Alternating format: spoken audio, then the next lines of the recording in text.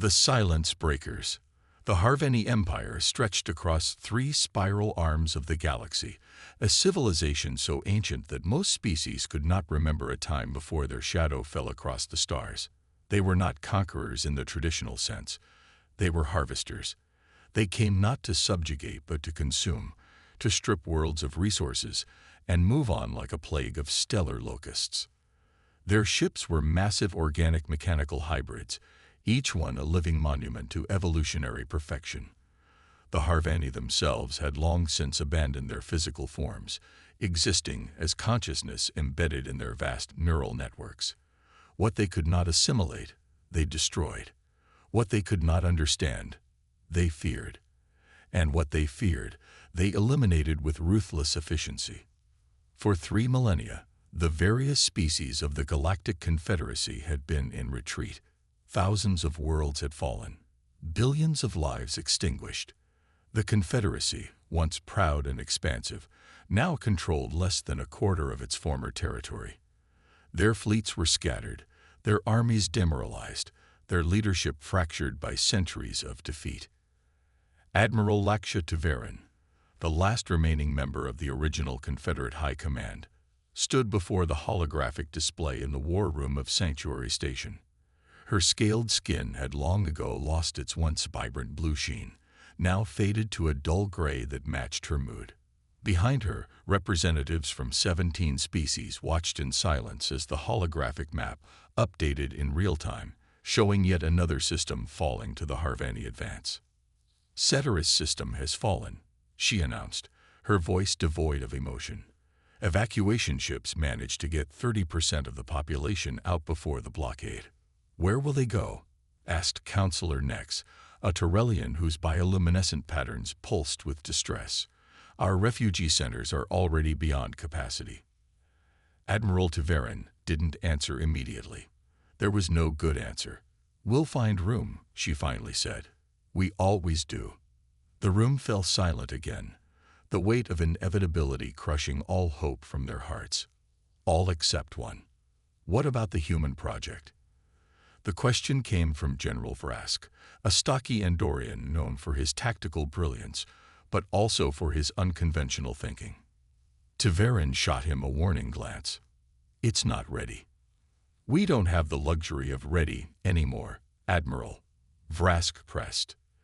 The humans have been working on this for a decade. If there's even a chance, it's theoretical technology. Tivaran's voice rose for the first time. Based on principles we don't fully understand, built by a species that's barely survived their own self-destructive tendencies. A species that's also never surrendered, Vrask countered. Not to us when we first discovered them, not to the 3 civil wars they fought among themselves, and not to the Harveni when they took Earth's colonies in the Centauri system. The Admiral looked back at the holographic display. The Harveni advance was projected to reach the core worlds within 2 years. After that, extinction was inevitable. Get me Captain Reyes, she finally ordered. It's time to see if the human's madness can save us all. Captain Alina Reyes stood on the observation deck of the Confederacy shipyard orbiting Jupiter, watching as technicians swarmed over the hull of her ship like ants tending to a queen. The ISV Thunderchild wasn't the largest vessel in the Confederate fleet, not even close, but what it lacked in size, it more than made up for in innovation and potential lethality. Beautiful, isn't she? The voice belonged to Dr. Sanjay Kapoor, chief scientist of Project Thunderchild, and the brilliant mind behind its revolutionary propulsion and weapon systems. Beauty is subjective, Doctor, Reyes replied, not taking her eyes off the ship. I'm more interested in whether she can fight. Dr. Kapoor chuckled. Captain, the Thunderchild doesn't just fight. She rewrites the rules of engagement. So you keep promising. The ship's design was unlike anything in the Confederate fleet, where most ships were sleek and streamlined. The Thunderchild was angular, almost predatory in appearance. Its hull was constructed from metamaterials that absorbed rather than reflected scanning beams, making it virtually invisible to conventional detection methods. But its true innovation lay within the Singularity Core. How's the core stabilization coming along? Rise asked. Final calibrations are complete, Kapoor answered proudly.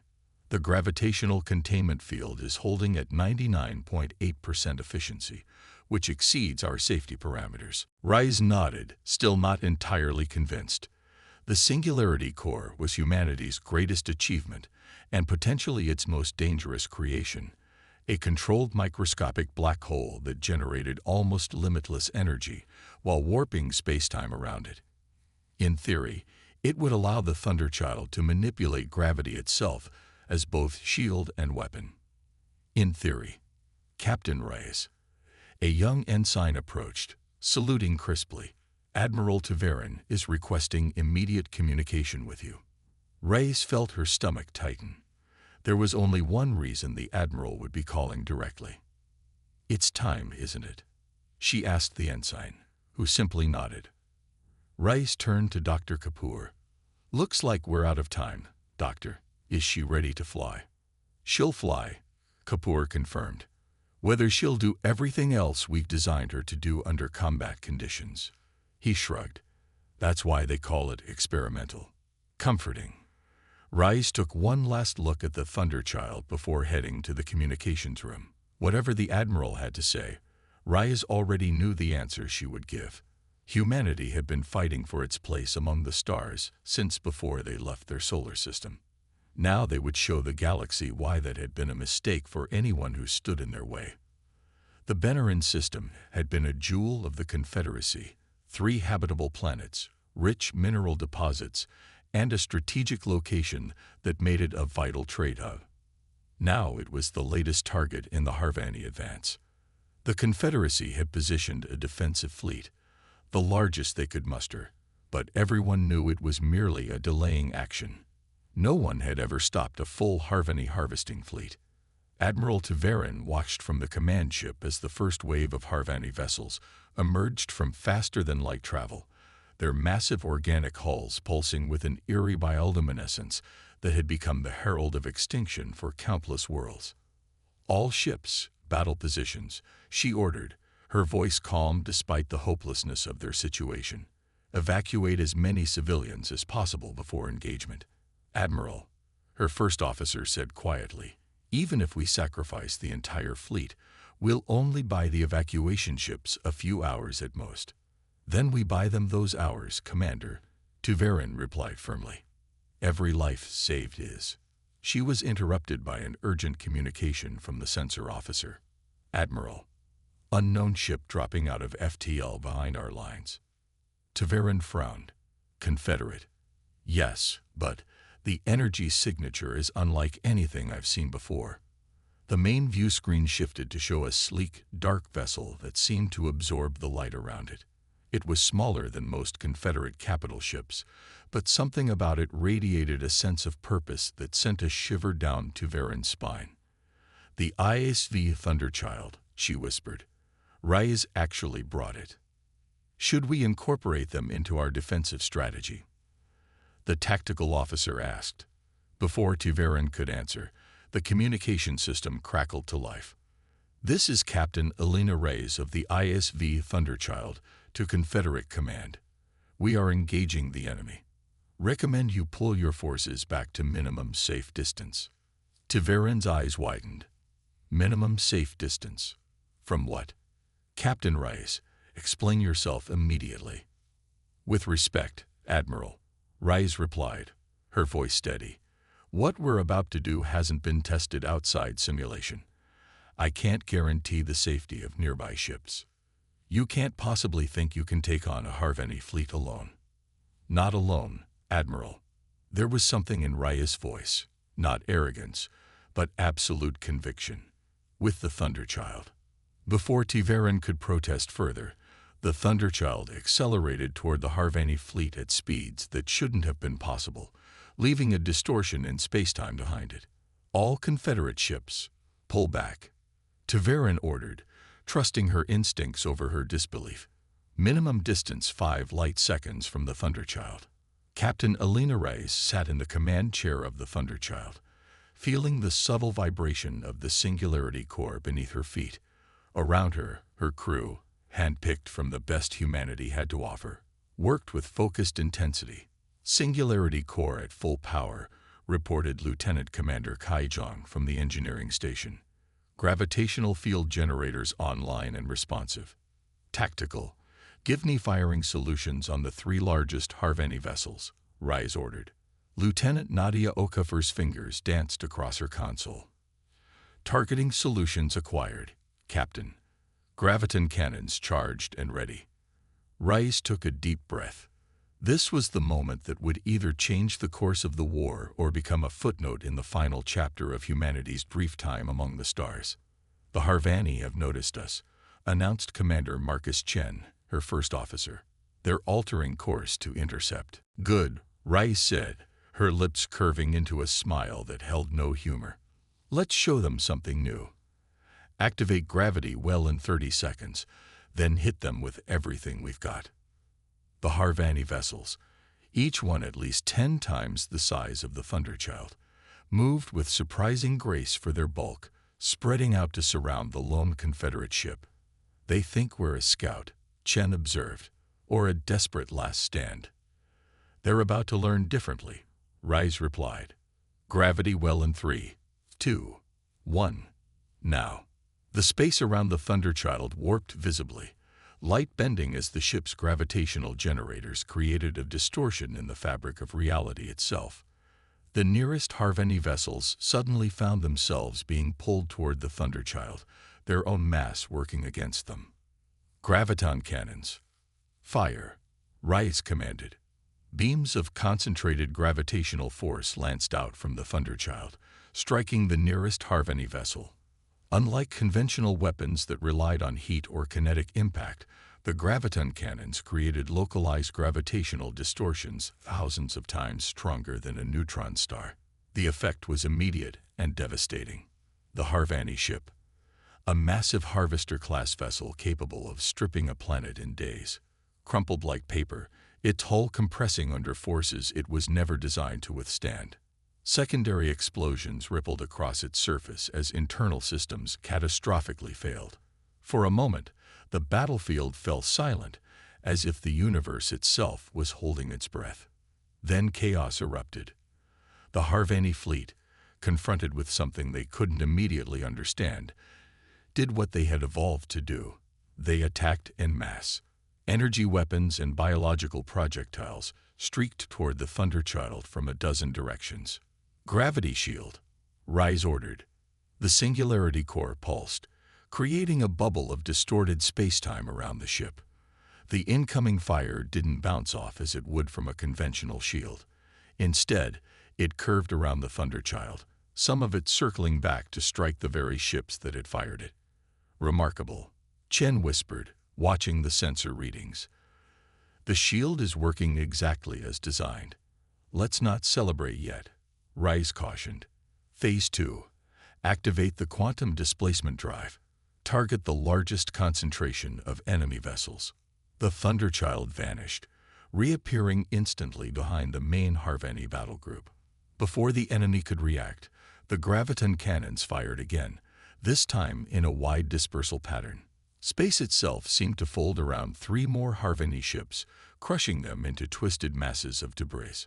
Across the battlefield, Admiral Taverin and the Confederate fleet watched in stunned silence as a single ship, a human ship, did what entire fleets had failed to do for centuries. The Harvani, confronted with a threat they couldn't immediately adapt to, began to withdraw, their collective consciousness prioritizing the preservation of information over the conquest of this system. They're retreating, Taverin said in disbelief. By the ancient stars, they're actually retreating. For the first time in living memory, a Harvani fleet had been defeated. As the remaining enemy ships jumped to faster-than-light speed, cheers erupted across the Confederate communications channels. On the bridge of the Thunderchild, Captain Rise allowed herself a small smile. Communications, get me Admiral Taverin. When the Admiral's face appeared on screen, Rise could see the mixture of shock, relief, and cautious hope in her eyes. Captain Rise, Taverin said formally, it seems humanity has been holding out on us. Not holding out, Admiral, Rise corrected. just working on the problem from a different angle. Can you build more of these ships? Reyes nodded. Given resources and time, yes. The Singularity core technology is complicated but reproducible. Taverin was silent for a moment, processing the implications. You understand what this means, Captain. The Harvanni won't just retreat. They'll adapt. They'll come back with something bigger, deadlier. Let them, Reyes replied, her voice hardening. Humanity has spent its entire history adapting and overcoming. We're just getting started. As the Thunderchild rejoined the Confederate fleet, news of its victory spread across subspace communications networks at the speed of light. For the first time in centuries, the people of the Confederacy dared to hope. But in the depths of space, the collective consciousness of the Harvanni processed this new threat, analyzing, adapting. They had encountered a predator in a galaxy where they had long been the apex species. Such a thing could not be tolerated. The call went out across their vast network, a summons that had not been issued in a millennium. It was time to awaken the Worldrender. The reckoning. Deep within the Harvanni collective consciousness, a ripple of disturbance spread like poison through a bloodstream. For the first time, in over 1,000 cycles, the primary directive had been challenged. A harvest had been interrupted. Resources had been lost. Most disturbing of all, an inferior species had demonstrated technology that the Harvanni could not immediately counter. The Harvanni did not feel emotions as biological beings understood them, but the closest analog to what now permeated their hive mind would be rage, cold, calculating, and absolute. In the heart of Harvanni space, within the hollowed-out remnants of what had once been a gas giant, the elder consciousness stirred. It had not fully awakened since the last major threat to Harvanni supremacy, when the now extinct Sorelians had deployed their star-killer weapons in a desperate last stand. Anomaly detected, it communed to the collective. Nature of threat. The collective shared the battle data in an instant. The human ship, its impossible technology, the defeat of a harvesting fleet. Probability of threat expansion. The elder consciousness inquired. High came the consensus. The Confederate species are already mobilizing construction resources. Analysis suggests 17 more vessels with similar capabilities could be produced within one standard cycle. The elder consciousness processed this information, considering and discarding thousands of possible responses in microseconds. The conclusion was inevitable. Initiate awakening protocols for the Worldrender. Target: human origin systems and all facilities capable of producing these vessels. Throughout Harvanni space, the command resonated. For the first time in a millennium, the apex predator of the galaxy felt threatened. And threatened predators are the most dangerous of all. 3 weeks after the Battle of the Benarin system, as it was now being called, Captain Elena Reyes stood in the great assembly hall of Sanctuary Station. Before her, representatives from every Confederate species had gathered, some physically present, others appearing via hologram from distant systems. The full Confederate Council had not convened in one place for over a century, fear of Harvanni attacks keeping them scattered and hidden. But today was different. Today there was hope. Admiral Taverin, standing at the center of the circular chamber, raised her hands for silence. The murmuring died down, and she spoke, her voice carrying easily through the vast space. For 3,000 years we have been in retreat, she began. 3,000 years of lost worlds, lost lives, lost hope. But 3 weeks ago, something changed. She gestured toward Reyes. Captain Elena Reyes and the crew of the ISV Thunderchild demonstrated that the Harvanni are not invincible. For the first time, we have technology that can stand against them. Human technology.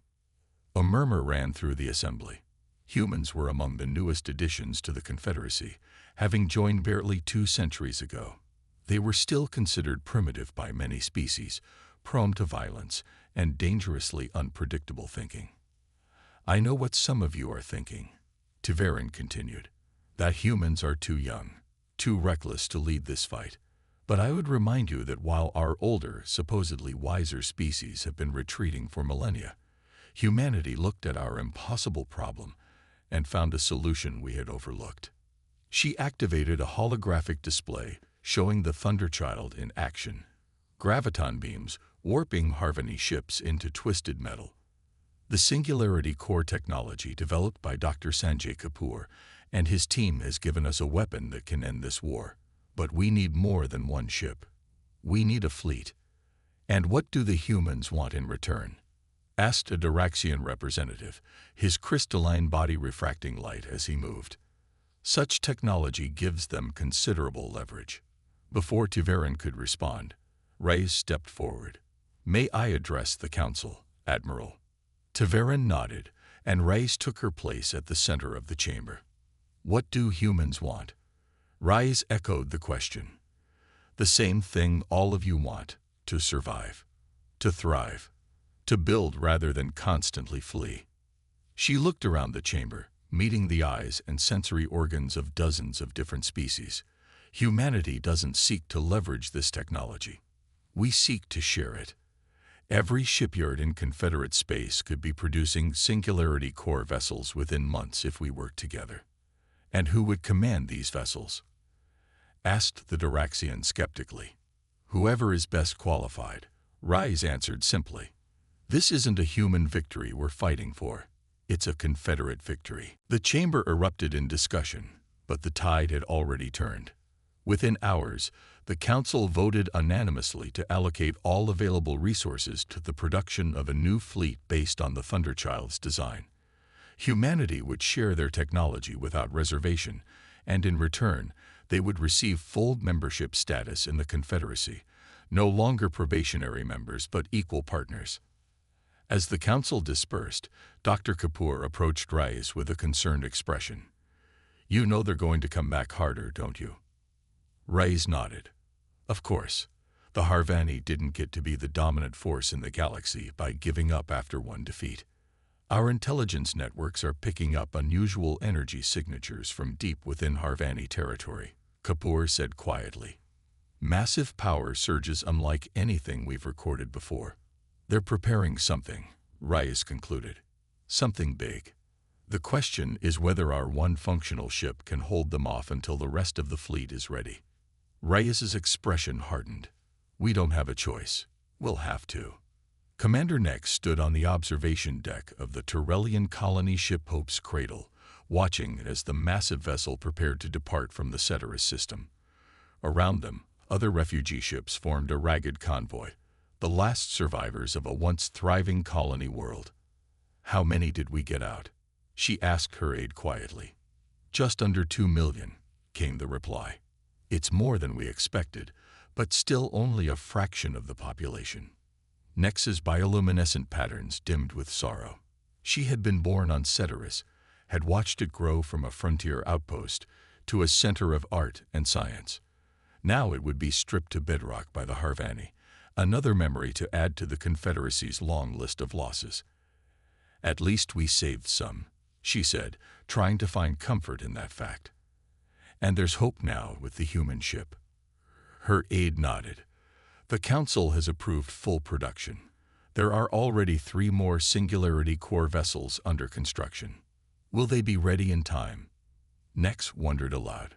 A sudden commotion drew their attention to the main view screen, where navigation officers were frantically working at their stations. What's happening? Nex demanded. Massive gravitational anomaly detected at the edge of the system, reported the sensor officer. It's unlike anything in our records. The view screen shifted to show a distortion in space, a rippling tunnel of warped light that seemed to tear at the fabric of reality itself. From within this impossible rupture emerged a shape so vast that Nex's mind initially refused to comprehend it. It wasn't a ship, not in any conventional sense. It appeared organic yet metallic, a living construct larger than most moons. Its surface pulsed with energy that defied classification, neither biological nor technological, but something in between. Appendages the size of capital ships extended from its central mass, writhing with purposeful motion. By the ancestors, whispered Nex. What is that thing? The answer came from an unexpected source. an ancient Velrexi archivist who had been thought to be in hibernation for the voyage. The world render. The Velrexi wheezed, its ancient voice trembling. I have seen the records, from before my great-grandparents' time. The Harvani unleashed it only once before, against the Xorelian Empire. There were 100 worlds in that empire. After the world render, there were none. Fear gripped Nexus hearts. Send an emergency transmission to Confederate Command. We need immediate evacuation support. But even as she gave the order, she knew it was too late.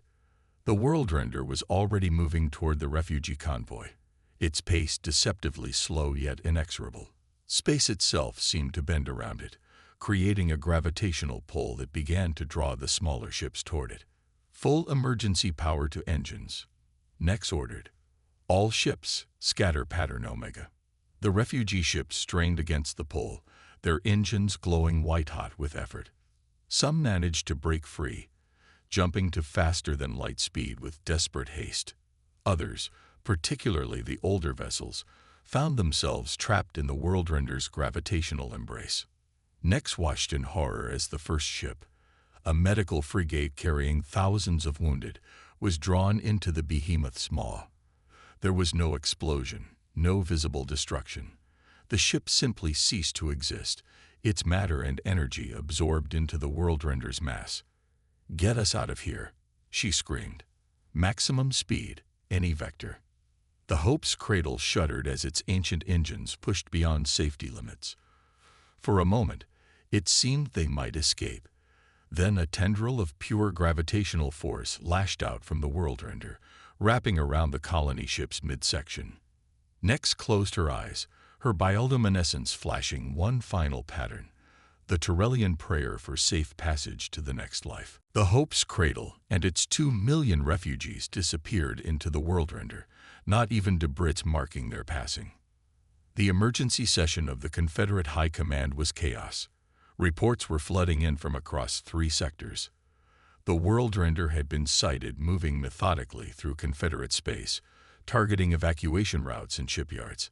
Any vessel it encountered was consumed, adding to its already immense mass and power. "It's heading directly for the Jupiter shipyards," Admiral Taverin announced grimly. "Intelligence suggests it's specifically targeting our Singularity Core production facilities."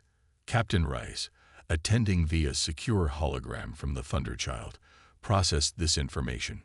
"How long until it reaches Sol?" "At its current pace, less than 48 hours, Taverin replied. "We're evacuating the shipyards now, but the prototypes under construction can't be moved. They're not space-worthy yet. And how many vessels do we have that could potentially engage it?" Rice asked, already knowing the answer. "Just the Thunderchild," Taverin confirmed. "None of the other prototypes are operational. We need at least another 2 weeks." Rice nodded slowly. "Then the Thunderchild will intercept it. We'll buy you those 2 weeks." A heavy silence fell over the command room. Everyone present understood what Rice was proposing. A suicide mission. "Captain," Taverin began, "the world render has already consumed over 30 Confederate vessels, including 2 heavy dreadnoughts. Their combined firepower didn't even slow it down. With respect, Admiral, those ships didn't have a singularity core," Rice countered. "We've studied the sensor readings. The world render operates on principles similar to our core technology. It manipulates gravity and space-time. That means we might be able to disrupt its functioning." "Might," emphasized General Vrask. "And even if you could, the Thunderchild would have to get dangerously close to have any effect." "Yes," Rice agreed simply. "That's exactly what we'll do." Dr. Kapoor, who had been silent until now, spoke up. "There is another option, a theoretical application of the core technology that we haven't tested." All eyes turned to him. "If we inverted the Singularity Core's field and then destabilized it in a controlled manner," Kapoor explained, "it would essentially create a temporary tear in space-time, a miniature black hole that would collapse in on itself after a brief period, and take anything near it into a singularity." Taverin finished, understanding dawning on her face. Kapoor nodded. It would require precise calibration, and the ship triggering the collapse would almost certainly be destroyed in the process. Can it be done remotely? Vrask asked. Or with an automated ship? No, Kapoor said firmly. The calculations required are too complex, too dependent on real-time adjustments. It would require a crew, a skeleton crew at minimum, to execute successfully. Reyes's hologram straightened. Then that's our plan. The Thunderchild will intercept the Worldrender and deploy the inverted singularity core. Captain, Tiverin began, but Reyes cut her off. Admiral, every minute we spend debating is a minute less we have to prepare. My crew and I volunteered for the Thunderchild project, knowing the risks. We'll do what needs to be done. Tiverin looked around the room, meeting the eyes of each commander present. There were no objections. There could be none, not with the survival of the Confederacy at stake. Very well, Captain, Tiverin said finally. Your mission is approved. May the stars guide your path. The Thunderchild hung in space at the edge of the Sol system, a shadow against the backdrop of distant stars. Inside, the ship was eerily quiet. Most of the crew had been evacuated, leaving only a volunteer skeleton team of 12 to execute the final mission. On the bridge, Captain Rice sat in her command chair, reviewing the approach vector one last time. Beside her, Dr. Kapoor made final adjustments to the Singularity Core's programming. Core inversion protocols are set, Kapoor reported. Once initiated, we'll have approximately 3 minutes before the field collapses and creates the singularity. That should be enough time to get to the escape pods, Rice said, knowing even as she spoke that it was a lie. The escape pods would never clear the event horizon in time. Kapoor didn't challenge her. They both understood the reality of their situation. Long-range sensors are picking up the Worldrender, announced Lieutenant Okafor from Tactical. It's decelerating as it approaches the system boundary. On screen, Rise ordered. The main view screen activated, showing the monstrous entity as it moved through space. It was even larger than the reports had suggested, its surface now rippling with energy absorbed from the ships and stations it had consumed. Analysis, Rise asked. It's definitely Harvani in origin, Kapoor replied, studying his readings. But it's evolved far beyond their usual technology. It's almost like they created something that then developed on its own. Can it detect us? Not yet. Our stealth systems are still effective at this range. Rise nodded. Then we maintain position and let it come to us. We need it fully in system before we engage, away from any jump points it could use to escape. The bridge crew fell silent as they watched the Worldrender slowly enter the Sol system. It moved with purpose, heading directly for the Jupiter shipyards as intelligence had predicted. It knows exactly what it's looking for, Commander Chen observed. This isn't a random attack. The Harvani are many things, but random isn't one of them, Rise agreed. They see our technology as a threat, perhaps the only real threat they've faced in centuries. Hours passed as the Worldrender moved deeper into the system. Finally, when it reached the orbit of Neptune, Rise gave the order. All hands, battle stations, initiate approach vector. The Thunderchild's engines flared to life, pushing the ship toward its massive opponent. Still running silent, they closed half the distance before the Worldrender seemed to sense their presence. It's changing course, Okafor reported, coming about to intercept. It recognizes us, Chen said grimly. Good, Rise replied. That means we have its full attention. Keep us on approach vector. Prepare graviton cannons for continuous fire. The distance between the two vessels closed rapidly. As they came within weapons range, the Worldrender extended dozens of tendril-like appendages, each one pulsing with gravitational energy. Evasive maneuvers, Rise ordered. Keep us moving, but maintain course for close approach. The Thunderchild danced through space, its smaller size and incredible maneuverability allowing it to evade the grasping tendrils of gravitational force. When one came too close, the ship's own gravity shields deflected it, though the strain on the Singularity core was evident from the fluctuating power readings. Graviton cannons, fire, Rise commanded. Beams of concentrated gravitational force lanced out from the Thunderchild, striking the Worldrender's massive form. Where these weapons had crumpled Harveni ships like paper, they merely created ripples across the Worldrender's surface. Painful perhaps, but not crippling. It's adapting, Kapoor warned, watching his readings, already adjusting its own gravitational field to counter ours. Then we change tactics, Rise decided. Cease fire with the graviton cannons. Prepare for quantum displacement. The Thunderchild vanished, reappearing instantly behind the Worldrender, much closer to its central mass.